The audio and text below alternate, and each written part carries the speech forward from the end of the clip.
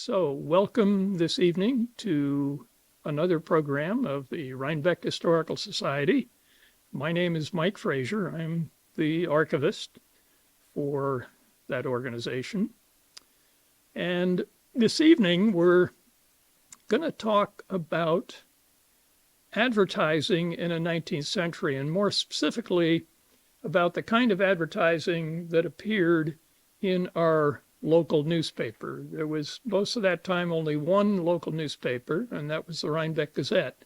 One of the things that we've done, you may want to look at them later, we have a few duplicate copies of those gazettes that are posted on the columns, the end caps of some of these bookcases here.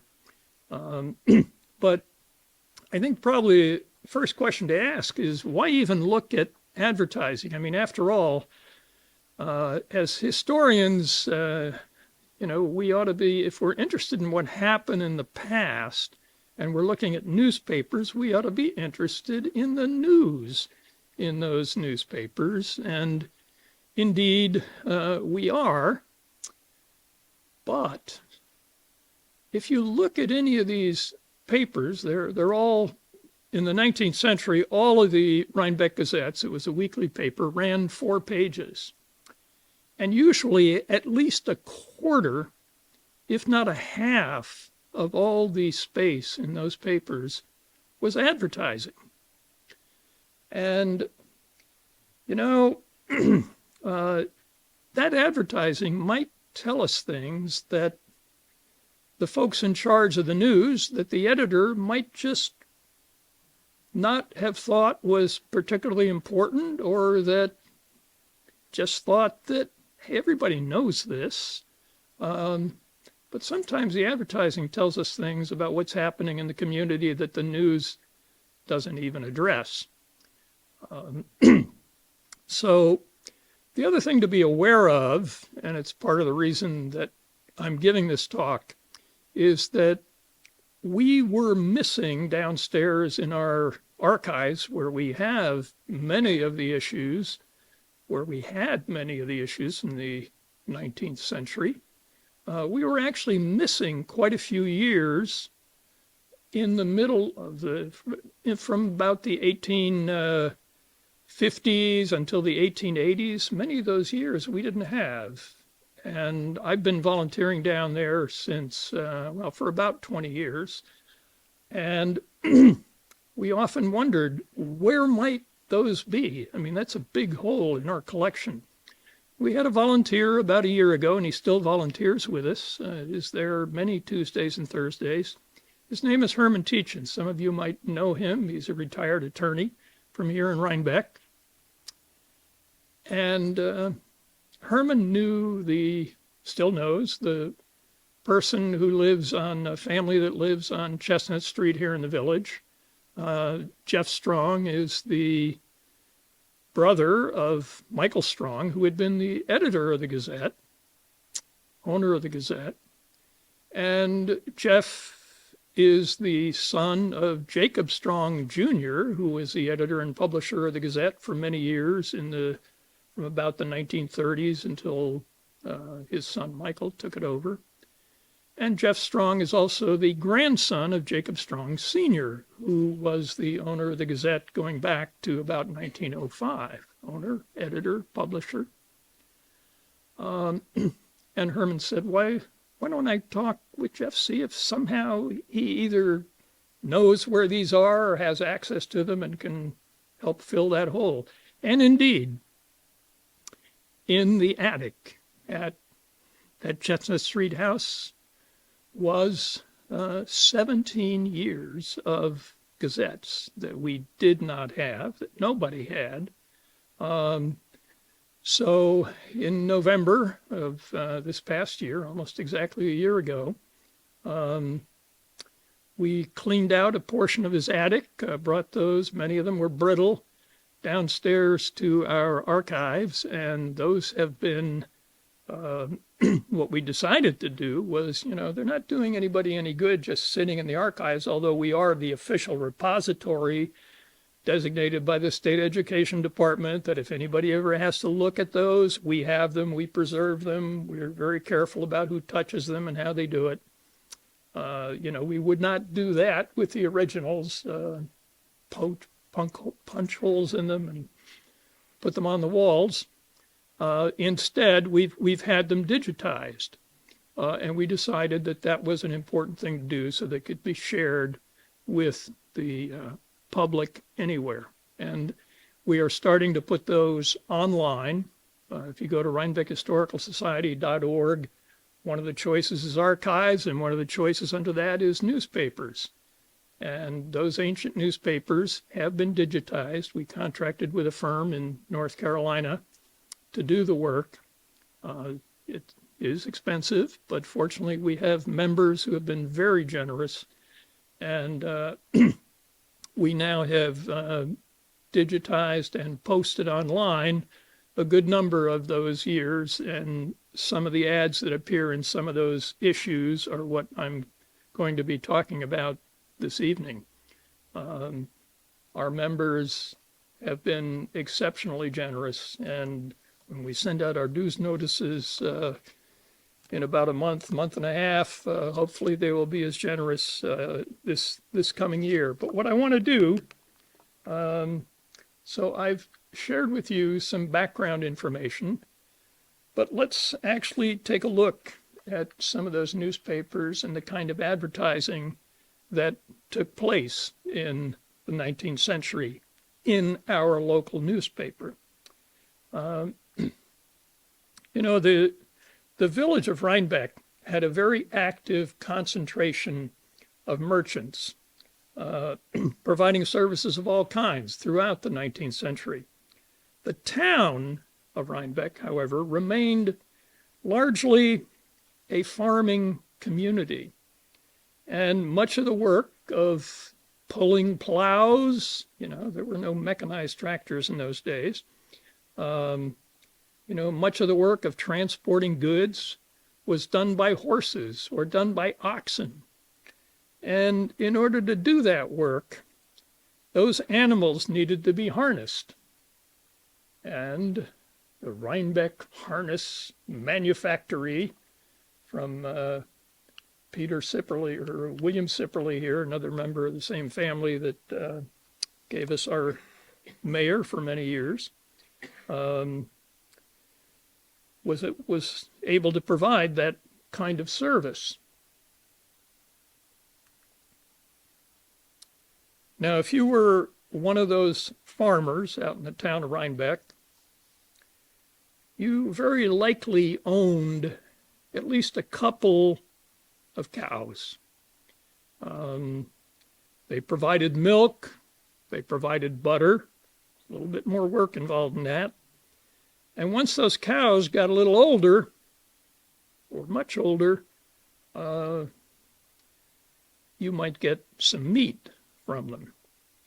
But you would eventually need to replace the ones that you had slaughtered or had butchered. So this auction that's being advertised here at Ferncliff Dairy Farm, on May 22nd, 1884, was something that you as a farmer probably would have put on your calendar.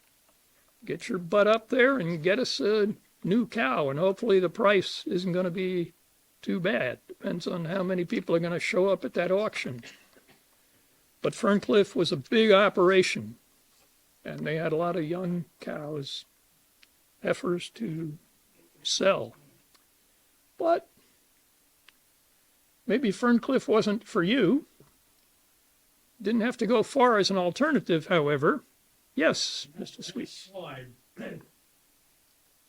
up in the top right, MILCH cows. Is that some particular breed, or do they spell things in a strange way?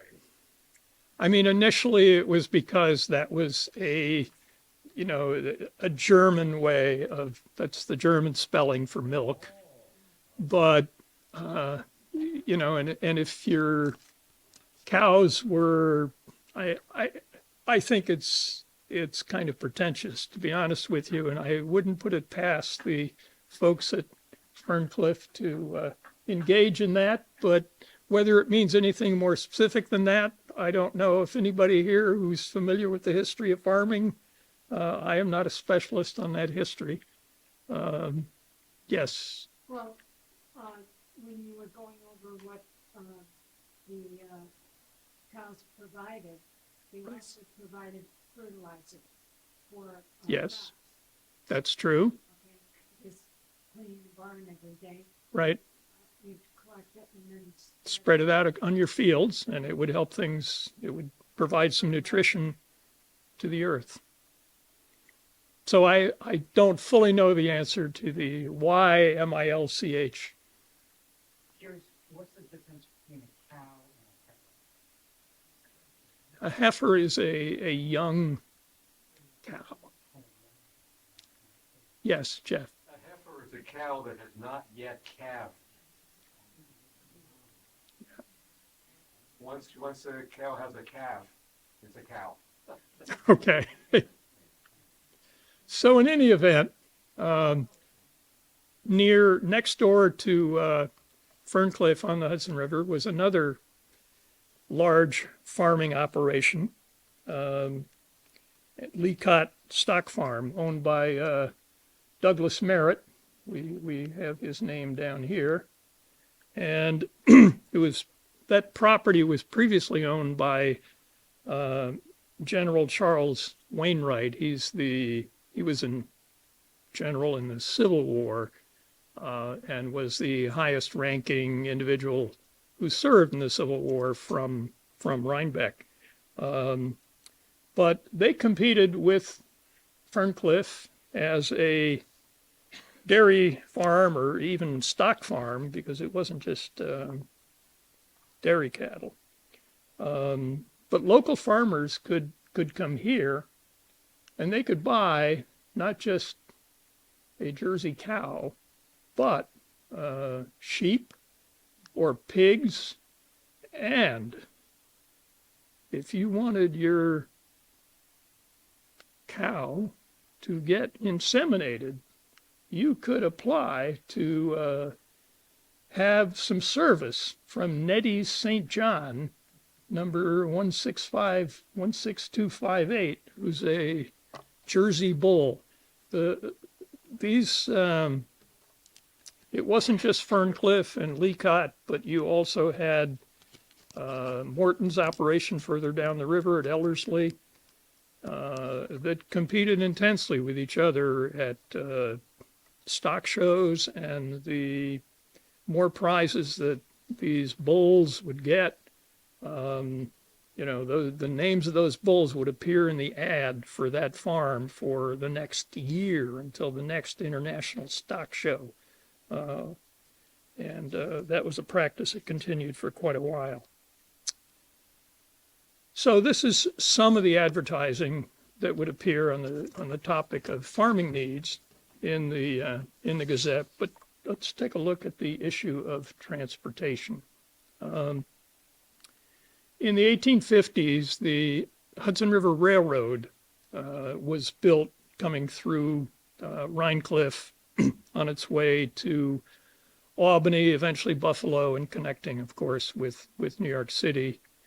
And it was less expensive for a shipper, however, to be able to ship on the river than it was to ship on the railroad. And the barges, however, were feeling the heat. This is 1887, almost 30 years after the train came through here and would transport your goods to New York City or north and west. And the farmers, merchants needed to have those goods transported. But the barges were feeling the heat and increased the frequency. I mean, one way you see this, they increased the frequency and the amount of column space that they took in the newspapers, the kind of advertising they did. And the reason the barge enterprise they're going to commence the season of 1887 on April 12th. Why would they wait until April 12th? Yeah. It's not safe on the river if you've got this very expensive barge, even if there's only a little bit of ice left, to risk that. So that was a problem for them because the sooner you could get out on the river, the better, but the railroad ran all the time. And that made it, eventually the barge traffic dwindled to nothing. But in the mid-1880s, in the 1890s, they were still, that was still serious business on the river. And here's another one, the steamer Ansonia. So the barges were competing with each other, but one of the advantages of this guy, I mean, if we go back here, whoops, let's go backwards to this one. This is leaving Slate Dock once a week, Tuesdays at 6 o'clock. It's returning, leaving New York once a week on Friday at 5 o'clock. Well, let's look at the competition. Yes? Why do they call it Rhinebeck instead of Rhinecliff? Because the railroad referred to it as the Rhinebeck station. But, in just as many ads, you'll see the reference being to Rhinecliff. I mean, it's in the town of Rhinebeck, but it was, Ansonia, I don't know if they make a reference to the, they talk up here about being Rhinebeck and New York. And it's not actually the village of Rhinebeck, but it's on the river right, actually just north of Rhinecliff. It's not actually in Rhinecliff, the Slate Dock. One of the issues with defining Rhinecliff is it is what's known as a hamlet. It's not created as a separate municipality in New York State. The village has very distinct boundaries. The town has very distinct boundaries. Rhinecliff, it's a little fuzzy. If you're on Morton Road, south of Kelly Street, are you in Rhinecliff or Rhinebeck?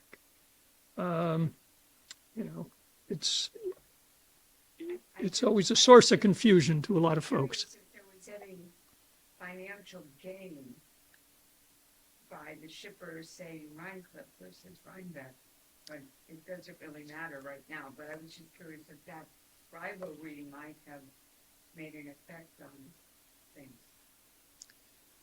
I don't think so. I mean, they were appealing in this newspaper to farmers, merchants here in Rhinebeck, in the larger town of Rhinebeck, even in Hyde Park, even in up in Columbia, up in Red Hook. But what I was starting to point out with regard to the competition between Barge Enterprise and the steamer Ansonia is that this is not once a week. They're leaving Rhinebeck on Monday, Wednesday, and Friday. And they're returning, obviously, 3 times a week as well. And on top of that, they emphasize their connection with the Hartford and Connecticut Western Railroad, which was the railroad that branched off from where, slightly north of where today's railroad station is in Rhinecliff, and went out to Connecticut. But a lot of the local traffic on a train could go from Slate Dock. So there's a couple of examples of transportation advertising that you find in the Gazette. Here's another example. Matthias Wirtz was the owner of what was then known as a livery business. And what that means is they engaged in delivery. They got things to where it needed to go. All of Garden Street, from where today's, off West Market Street, the second right is Garden Street. I'm sorry, is not Oak Street, but it is indeed the first right, Garden Street. And from where the bagel shop is, and across the street, Market Street, the restaurant, at the south end, all the way up to past where Upstate Films has a parking lot, up to the north end where the Delamater House is located. You had on the west side of that were all these horse and carriage operations. Wirtz was just one of them. You also had Fraley Brothers, and they specialized in getting you to where you wanted to go, horse and carriage. And the most frequent route was between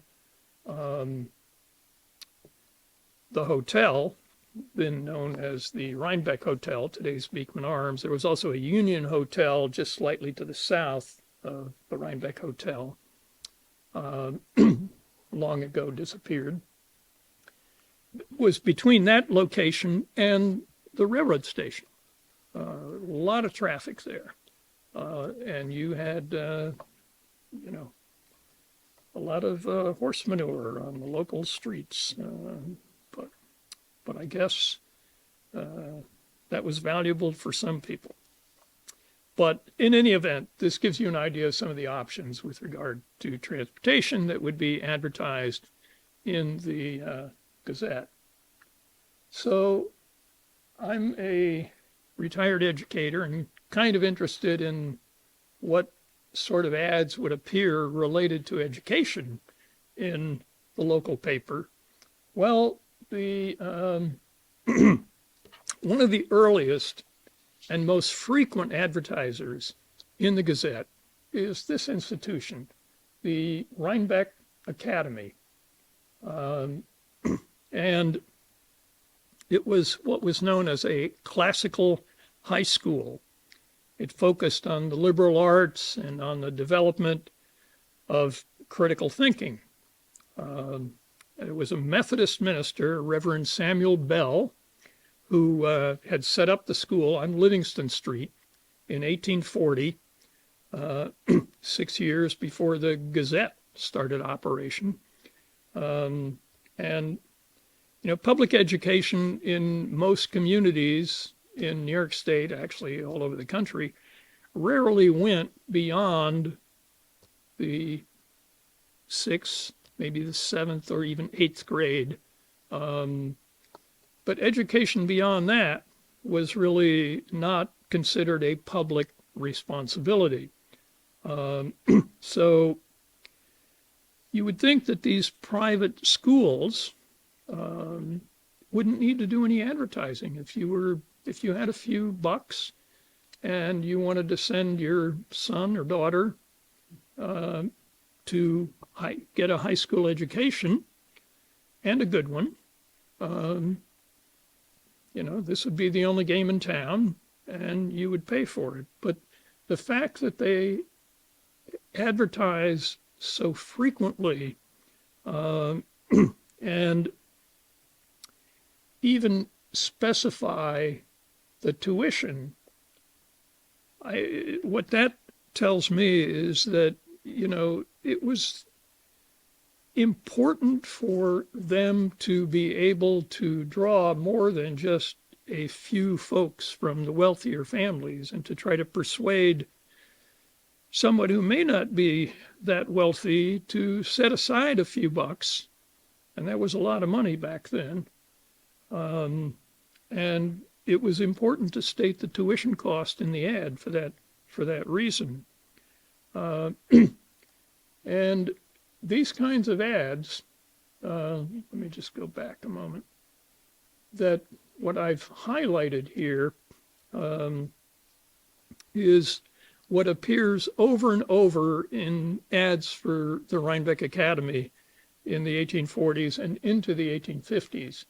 And that is that they talk about the uniform success which has attended the efforts of its instructors, together with its present flourishing condition. Well, the present flourishing condition didn't last forever. They're still paying for advertising place in the Gazette in 1857, but it's now an ad to sell the school. And it's at a great sacrifice from first cost, the largest and commodious building known as the Rhinebeck Academy, together, and this had to be a killer for them to do this, with the elegant bookcase and valuable library. Now, they start placing this ad in mid-1857. This is, I mean, what it depended on who the typesetter was and who the editor was. There were frequent changes. But often this would be the date that the ad started. And remember, this is a year and a half later, and they still haven't sold it. There was something that happened economically in the United States, particularly hitting the East Coast, was the Panic of 1857. It was an economic disaster. A lot of folks were out of work, and it would have affected families who might have been thinking of making the extra investment to send a son or daughter to private school. And one of the things that didn't help was stuff like this. Miss Anderson, late preceptress, she was the head instructor, female instructor was called the preceptress of the Rhinebeck Academy, would inform her friends and citizens of Rhinebeck and vicinity that she'll be on the 6th of December of this month opening a select school for young ladies, for which purpose she's taken the second floor of the above building on East Market Street, the Williams Building, prepared to receive all who may be pleased to patronize her instruction. Well, we don't know why she left the Rhinebeck Academy, but setting up a school right in the middle of the village could not have pleased the owners of the Rhinebeck Academy. They were one block away from the center of the village up on Livingston Street.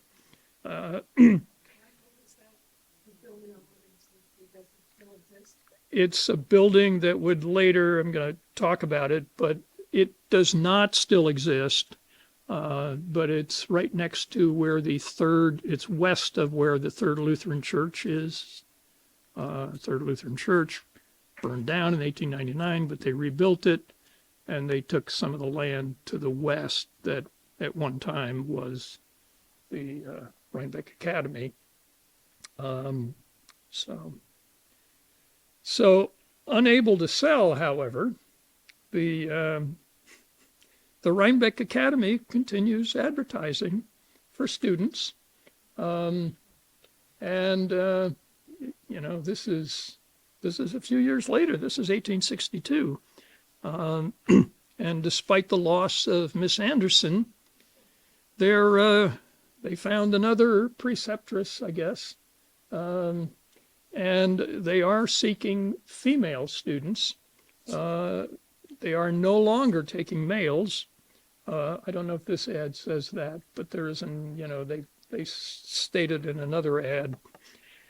But what they feel they have to say is that the primary department is still retained. They did start educating younger kids as well.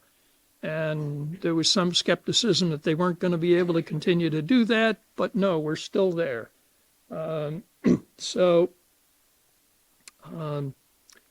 Things did not improve as hoped, however. And the Rhinebeck Academy now he's kept the name of Rhinebeck Academy, but it's now James DeGarmo, not Charles Stocking, who is the principal. And on March 29th, 1864, the date he placed this ad, Professor James M. DeGarmo bought the Rhinebeck Academy. And on the same date, he advertised the school, makes himself the principal. Mrs. E.L. DeGarmo will teach in the female department. So it's a family affair here. He would eventually rename it the DeGarmo Institute. Look at that fancy lettering from the ad in the Gazette. And he makes clear that we know that it's not just James DeGarmo, the principal, but Dr. James DeGarmo, PhD.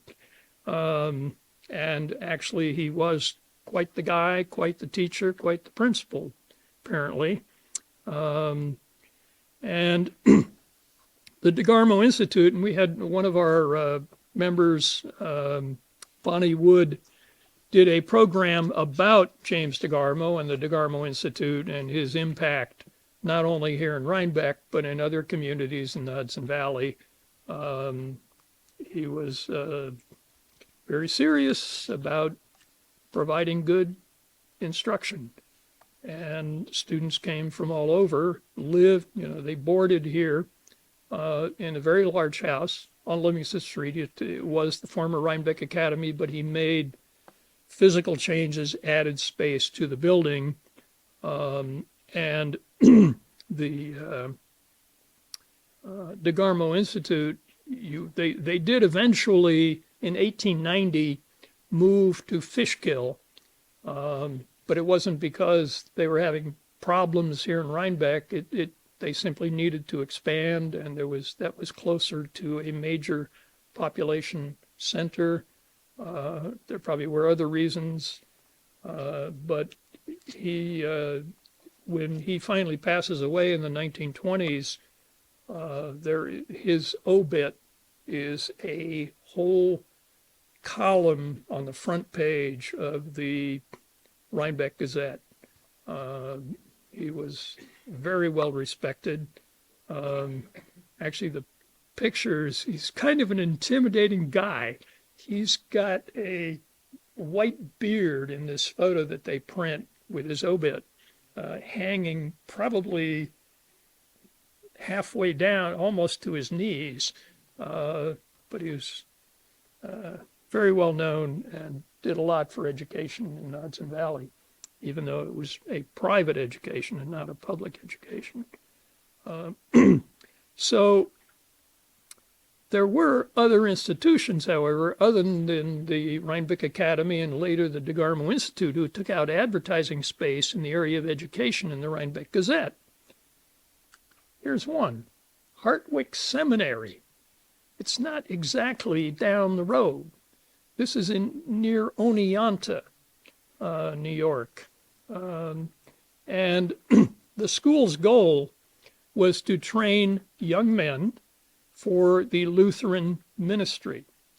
Their local claim to fame was that the governor of Mississippi, who was a native of Rhinebeck, his name was John Quitman, went to school here, later became, very briefly, one of their teachers, but he disappointed his own father. His father was Reverend Frederick Quitman. You may have heard of Quitman House north of here. And Dad wanted John to become a minister, but didn't happen. Quite a disappointment. And the person who placed this ad, Professor Traver,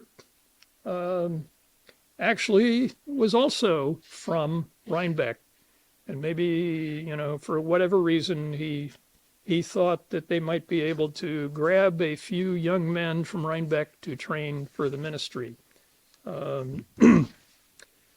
So let's look at another area of advertising here, and that is women's goods. Much of the advertising in the Gazette, actually much of the content of the Gazette, was targeted to women. And particularly if you read the front pages of the Gazette, there are these stories that were intended to, a lot of them are tear-jerkers, and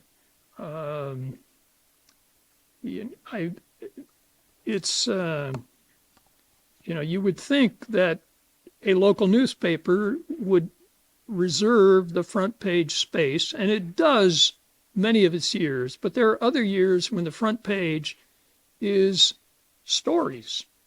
A lot of the folks who were writing, who we think of as writing a novel during the Victorian period, Charles Dickens, for example, he didn't just sit down and write the entire book and send that off to be published. It was done in installments. And there were a lot of authors like that, and those stories would appear in a publication in, often these are English publications, but in the United States as well. My understanding is that the target audience, I haven't actually seen data on this, but that a lot of it was targeted to women. But let's look at the advertising, because a problem women face, remember, we've got people advertising. These are local merchants that I'm looking at. We're placing advertising in these papers, and it often wasn't easy for women to visit some of these local merchants, not because they couldn't get there, but because of how they might be treated once they got there. So let's take a look at this ad. Spring and summer fashions for 1864. What we find, if we read carefully here, is that it was no easier for women to use a dressing room in 1864 than it might be today. So the owner of this business is telling us that he is happy to say that, having been providentially relieved from the pest of political babblers and idle loungers who used to infest his establishment, it will in future be more accessible, especially to his lady customers, and he enabled to devote his entire attention to his business, a state of things the benefits of which he has already experienced and gratefully acknowledges. No short sentences here. But E.M. Smith was, I think, a pretty shrewd businessman. We'll see him placing other kinds of ads later. But it's Edward Smith, 17 years later, he's going to write the first comprehensive history of Rhinebeck. And that book, it's titled History of Rhinebeck, is largely biographical. It's about families, focused on the histories of individual families. And, you have to wonder how much of his material initially came from his customers. Maybe even some of it from those idle loungers that he kicked out. We don't know. Here's another ad that's targeted to women. This is from a place called Landon's, located directly across Mill Street from the Rhinebeck Hotel. There's a liquor store there today. Mr. Landon is selling what he describes as the latest styles of goods and dress wear for ladies and for the fall and winter. So his stock is the most complete, full, and attractive ever brought to this village. It's a place to go. Well, he's appealing to those who have a little bit more money in this community, but he is careful to say that, where does he say this? Both ladies, yes. Doesn't he say where his prices, as ever, are reasonable? Okay. Well, for those families for whom those things were out of reach, there was an alternative. This ad is much smaller than Landon's, but so is the price. For 10 cents a package, you could get 40 colors, and you could dye your own clothing. at home. And you probably were doing sewing things together from raw fabric. And this was a much less expensive way to go. Well, while there are numerous ads for clothing, there are at least as many for stoves and ranges. The editor of the Gazette squeezed 3 such ads right next to each other on the back page of this April 8th, 1882 issue. The stores themselves were quite close. Judson's, down here, is, I think is his address on here. It's actually at 19 East Market Street. And then Rosencrantz is right across the street, a little further east at 32 East Market. And Pultz, who's advertising up here, Charles Pultz, is at the other end of East Market Street where it meets Route 9. So those 3, are looking for the same buyers to come into their stores. And, the business, this particular kind of item, when you had this number of people doing that, the prices presumably would be a bit more competitive.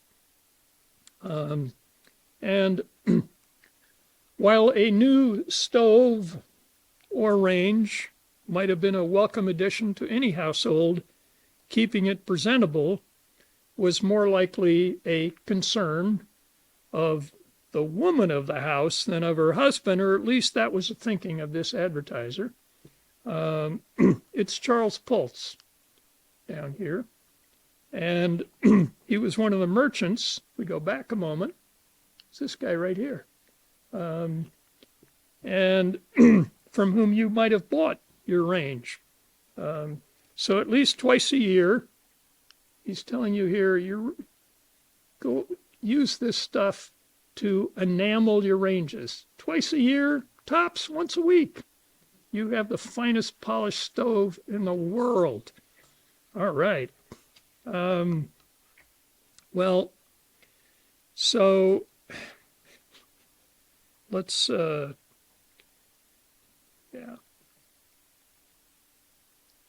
So it's probably unlikely that women had any time to relax, especially if they were enameling their stoves every week. But at least one advertiser, this fellow here, Andrew Grube, thought he could appeal to that need to relax.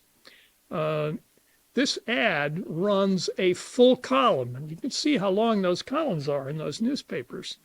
So I've cut it here into 3 pieces because it's so tall. And he's selling a variety of household furnishings, and among them, fine carpet rockers for ladies. Where does he talk about that? Ladies' workstands. Yeah, here it is. Fine carpet rockers for ladies, misses, and children. Apparently men were not allowed to use these, but one doubts that the ladies had much occasion to use them either. So I don't know how successful Andrew Grube was in selling furniture, but we do know that in his later years, he worked very successfully as an undertaker here in Rhinebeck. And speaking of furniture makers, going back to 1858 now, somebody by the name of William Carroll here is announcing that he is dissolving, he just bought out his former partner, somebody by the name of Legrand Curtis. And Mr. Carroll is going to continue to sell furniture but he'll also do some upholstering and paper hanging for you. And he wants to be clear by putting it in bold print down here that he's also got this side gig making coffins, just in case, you happen to have that need later on. So here's 10 years later, William Carroll is doing all right. He can afford a much bigger ad, and now he is selling not only coffins, but also particular attention always given to the undertaking business. So, just like Andrew Grube, he has branched out. And, yeah. So I'm going to switch to another area here, and that is the area of health. What's apparent from the extent of advertising for medical cures is that the citizens of the town of Rhinebeck were in considerable pain. Something that isn't talked about in the newspaper's columns. But the individuals who placed ads for products promising improvement in health continued to place the same ads month after month. We have some financial ledgers given to us by the Strong family that were also in their attic, and they've donated those to us. And they detail the payments made by advertisers. I haven't had a chance yet to examine those accounts, but the fact that these advertisers continued to advertise, and these are not small ads, suggests that the community was responding positively by buying these products. I'm not sure exactly how to pronounce it. Sarsaparilla? Sarsaparilla? I'm not sure. But this Ayers sarsaparilla claimed to cure a wide list of diseases, including, all right, where do we start here?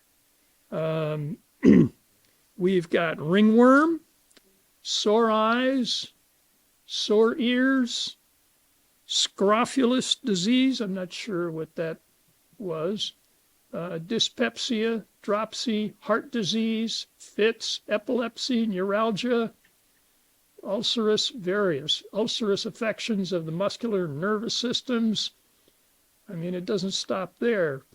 Not sure how to leukorrhea or whites, uterine ulcerations, female diseases. You better get this. It's good stuff. So they advertised, this company advertised in newspapers, actually not just in Rhinebeck, but all over the country. And they made their product available through local doctors and druggists, because apparently at least there were those kinds of restrictions. You couldn't just, put up a stand on the street and sell those patent medicines. And sarsaparilla was this company's most successful product. Today, if you have an empty bottle of this particular product and you try to sell it on eBay, it's going for about $150 to $200 on eBay.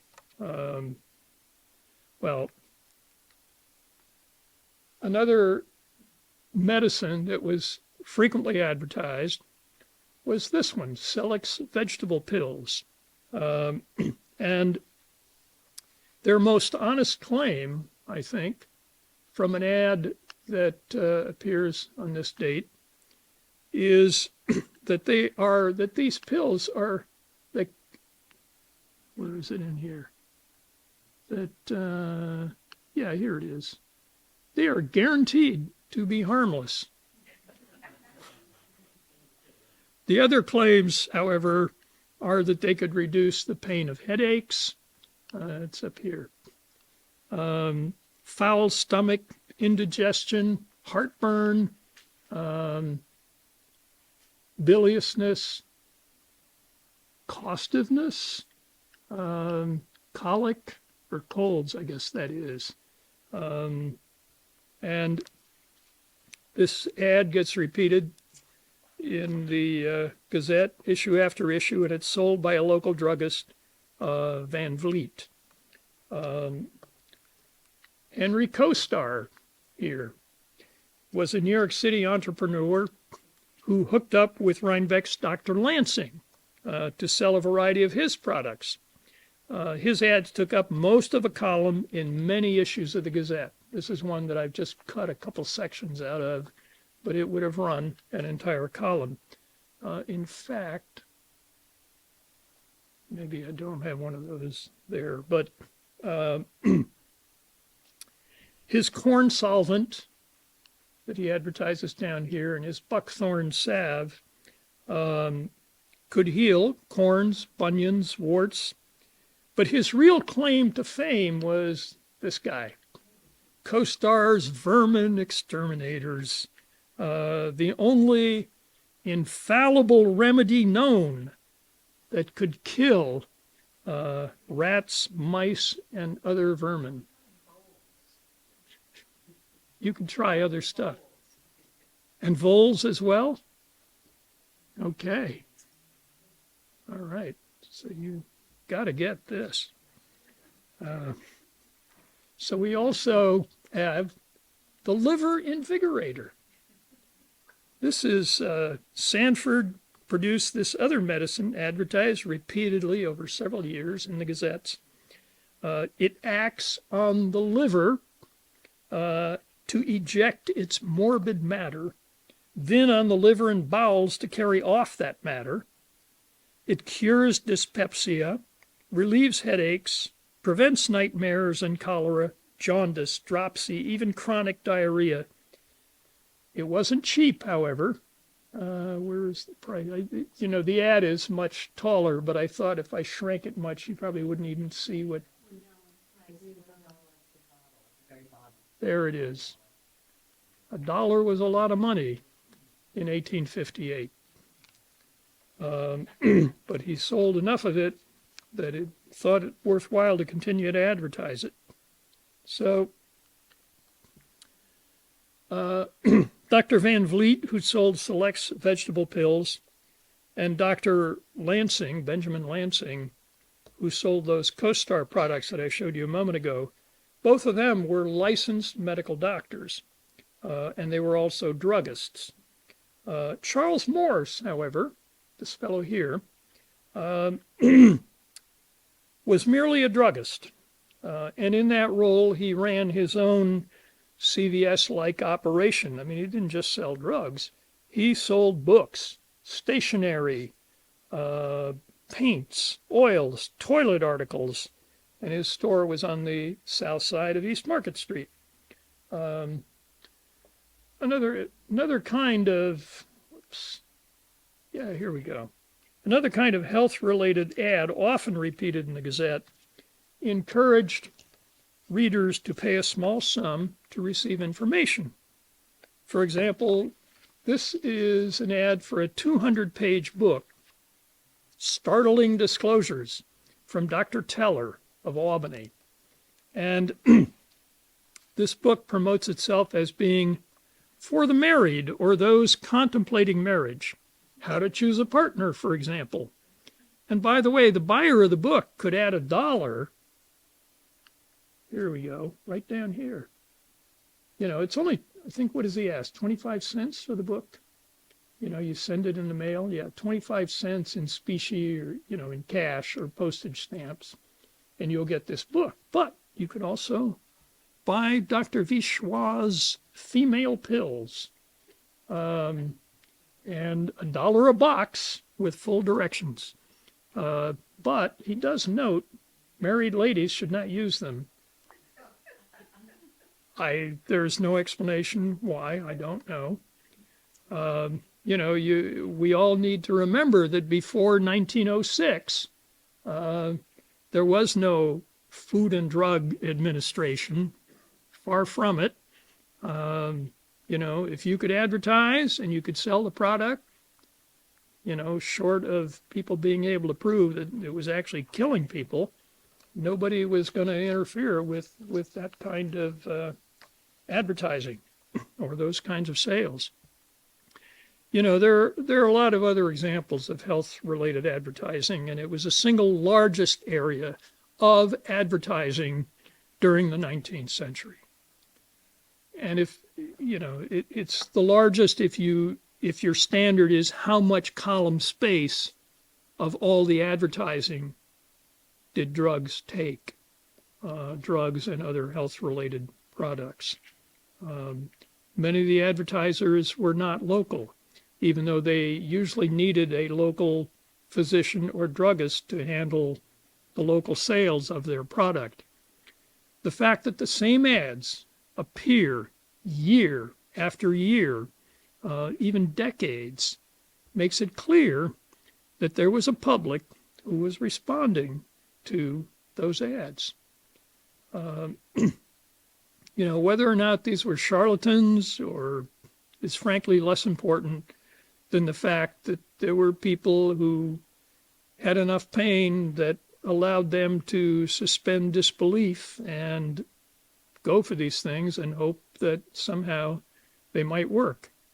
And the advertisers continued to advertise only because enough individuals expressed an interest in their product to make it worthwhile for them to continue to pay the Gazette to run the ads. So let's look at a totally different area of advertising.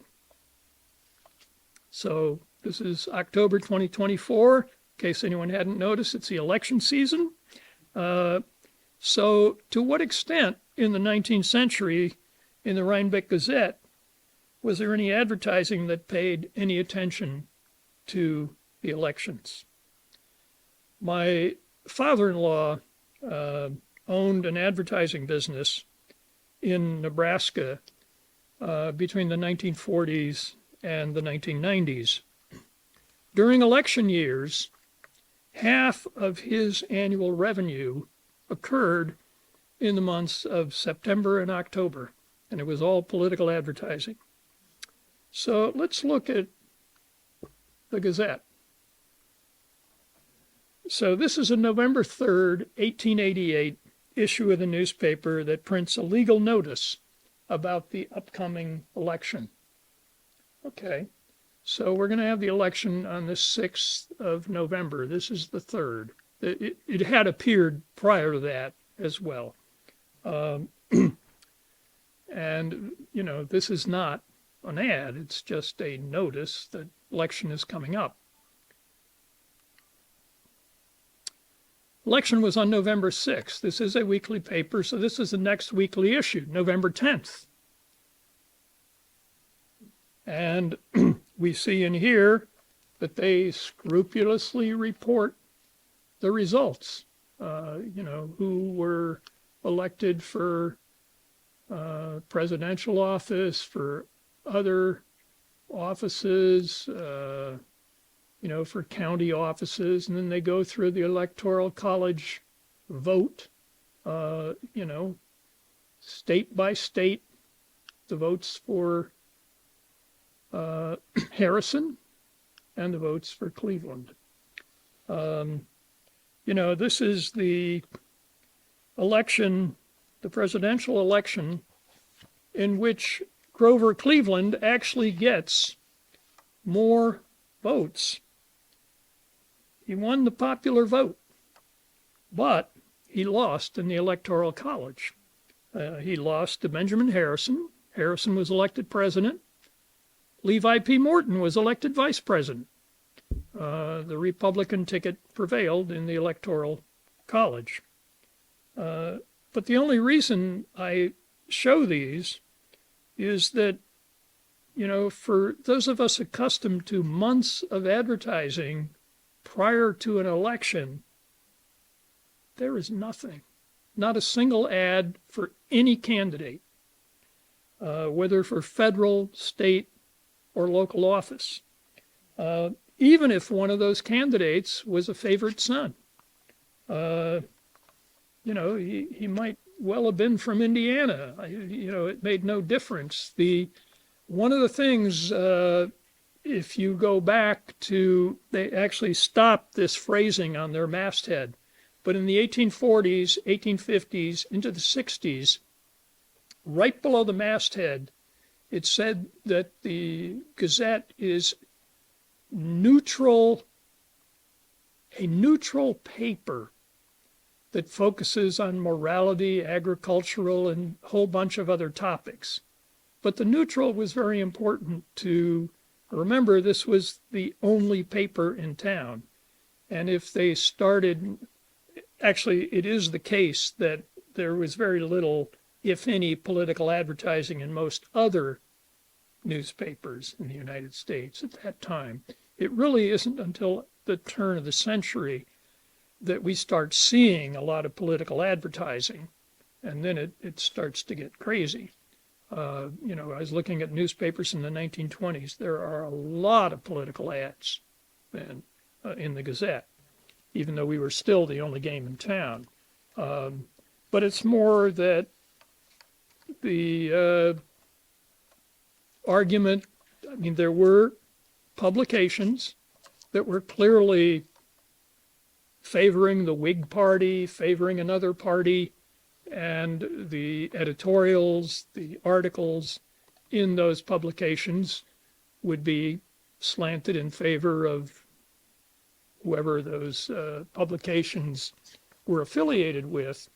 But in the Gazette, we see a startling, maybe it's not startling, we see a seriousness about adhering to that kind of neutrality, but an equally serious attitude about reporting accurately the results of elections. There were the Electoral College vote was, this is the information that the Gazette had only 3 days after the election was over. And those numbers were slightly adjusted so that Harrison didn't have quite as many electoral votes and Cleveland had a few more, but it still wasn't enough to change the results. But the Gazette would scrupulously report those changes. And yes.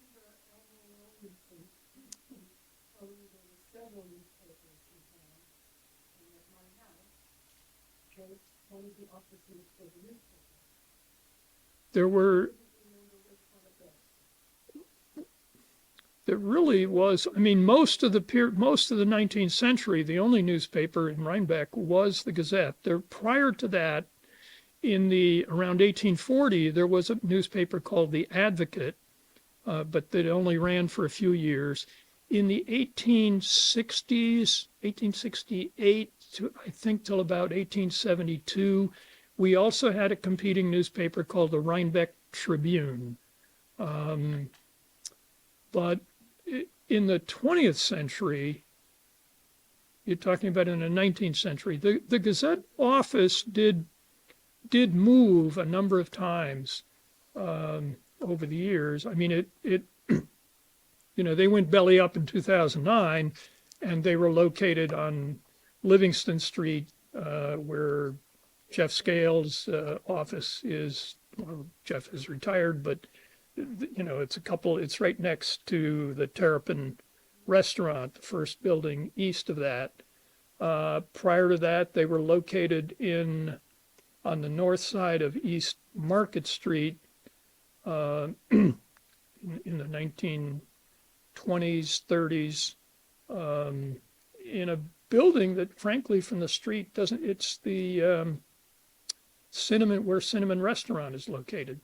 And those windows of Cinnamon Restaurant they may have changed the glass over the years, but it is the same appearance from the street. We have photos taken from the inside of the building looking out on the street, and it's the same windows. And that's where they did their printing. But there were other locations as well, which is the one that Elma told you.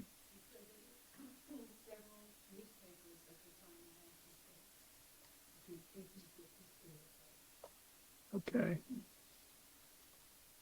Yeah, a little, okay, a little bit later than that, yes, but I don't like to argue with Elmer Williamson. Elmer Williamson was my predecessor as the archivist for the Historical Society. So I am always willing to learn new things. Okay, so let me just go to a totally different area. I thought I'd conclude with what I'm calling oddities in the advertising. You know, this is, most newspaper editors today would be quite reluctant to allow an advertiser, even one seeking to recover stolen goods, to wantonly insult the persons that the victim thinks caused the theft. Well, not so here in the Gazette, at least not in 1846. This is one of the earliest issues of the Gazette. Suspicions rest upon certain, where is it here?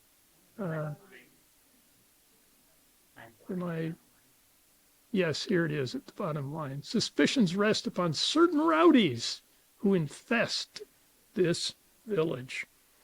Well, I took a look at the village minutes for this period to see if the trustees were aware of all these rowdies.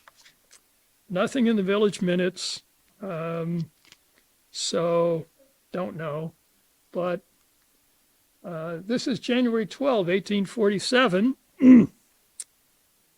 So the same editor is running another ad some months later that seems to be a confession from the owner of this rabid dog. We even have an illustration here, that his dog has run wild and killed a neighbor's sheep. And he is warning his other neighbors about this dangerous dog.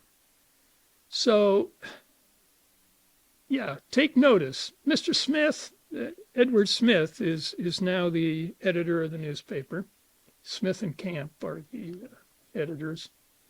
Sir, please to insert in your paper that my slut, a female dog, has killed one of Mr. Seymour's sheep so that the news will get out to Turkey Hill.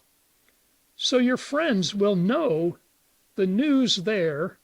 I want to know whether I am in time because you take so much interest in my business. I don't know. The editors, whether the editor failed to, I don't know if this is a typesetter. The editor fails to correct the bad grammar in the advertiser's notice here. Or you wonder whether this is just a bizarre attempt to embarrass the advertiser, or just a way to convince the public that this notice really came from the poorly schooled Mr. O'Hara. So, you know, and then we have some other bizarre practices in the newspaper. What's that? Maybe not, because it wasn't much before that, I believe, that Webster published a standard dictionary. They could spell it any way you wanted, I suppose. Yes, 1848, I think. Right. Yes, but you could spell it any way you wanted. I don't know. I perhaps shouldn't be so critical. One of the other practices that they used that the Gazette and other papers use in advertising to call your attention to the ad was to run it sideways. You know, you can see everything around it is left to right, and then all of a sudden you've got this. You know, this is Hogan's ad for, he owned a cigar store. Actually, David Miller did a program on cigar advertising at one point for us. Here's another ad. This is the same Edward Smith. You know, he decides to run his ad sideways. You know, that's what it would look like if it was horizontal. But no, he wants to grab your attention by forcing you to read your newspaper this way. Whoops. So, yeah. So finally, what do you do with old newspapers? Really? Well, the Gazette had a solution. So you can come over to the Gazette office and you can get old papers in lots of 50 or 100. And what do you do with them? They're useful for putting under carpets. So that's it. And I think this ran a little bit longer than I thought. I'd be glad to answer any other questions anybody might have. I do know that Connie and Bobby brought us some goodies in the back there that they will share in a moment. I was a little critical because I noticed that you called one of your products there, one of the cookies, you named it after Groob, who's one of the undertakers. So I don't know, Connie. Yes, I didn't see any advertisement for churches. the newspaper, the only, in every paper, and the newspaper did not charge for that ad, on the front page, but it's not at the very beginning in 1846, but most editors would include the schedule on the front page on the upper left, the schedules of all of the churches. Below that, they would put the timetables for the train. There would be 4 or 5 trains going north, 4 or 5 trains going south, which ones were carrying mail, and so on. They would also post the ads for the barge enterprise, for Ansonia, and for some of the other steamers when those were obviously operating. But no, for churches, I can't ever remember seeing any independent, because the information was always there most of the time on the paper. Yes. Did the editor pick out the typeface? I don't know. How did they get these beautiful designs? Do you know anything about that? The designs that you're referring to, Or like Philip Hoffman's, whatever, and like a very, not print, but an Right. illustration. I don't know. It's all right. I just, that's the interest part of it. Sure. It was just all typeface, it'd be boring to read it. Yeah, yeah. No, as the years progress, the variety of printing becomes more sophisticated. I mean, the images that accompany some of the ads. The other thing that happens, I mean, I haven't talked about the news pages at all, but by the 1880s, we are starting to see sketches. There are no reproduced photographs, even though there was the ability to take photographs. But you could see that the editor had carefully hired somebody who could convert those sketches into typeface. I don't know what the process is. Are those typefaces still available, the blocks of type? Do we have any in the collection? We don't have any from the Gazette. We have, what we have is much more modern typeface. I mean, for example, from the ads that were placed by Cardinal Farley Military Academy in the 1950s, we have some of the typeface that was used for that.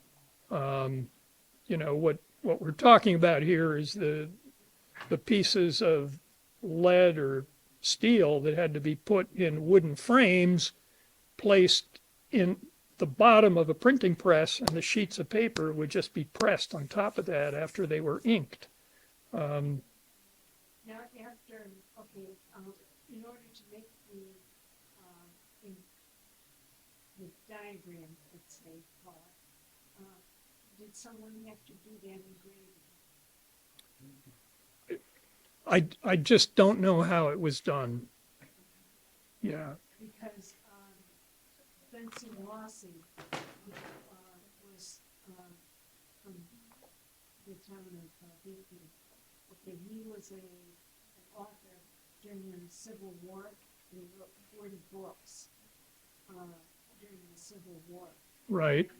And he was an orphan, and he made his way into Poughkeepsie, and he got a job in a tool maker, and a guy making watches. Right. They found out that he was clumsy in his hands, but he was very good engraving. So he got to engrave all the Right, covers, right. inside of the covers. Yeah. I wish I knew more about the engraving process and how that interfaced with the actual printing presses that were used by the Gazette. You know, I know nothing about it. I'm sorry. It's okay, we'll give you a. You're okay? It's okay? All right. So unless there are any other questions, I think we will conclude. Thank you. All right. Thanks, everybody.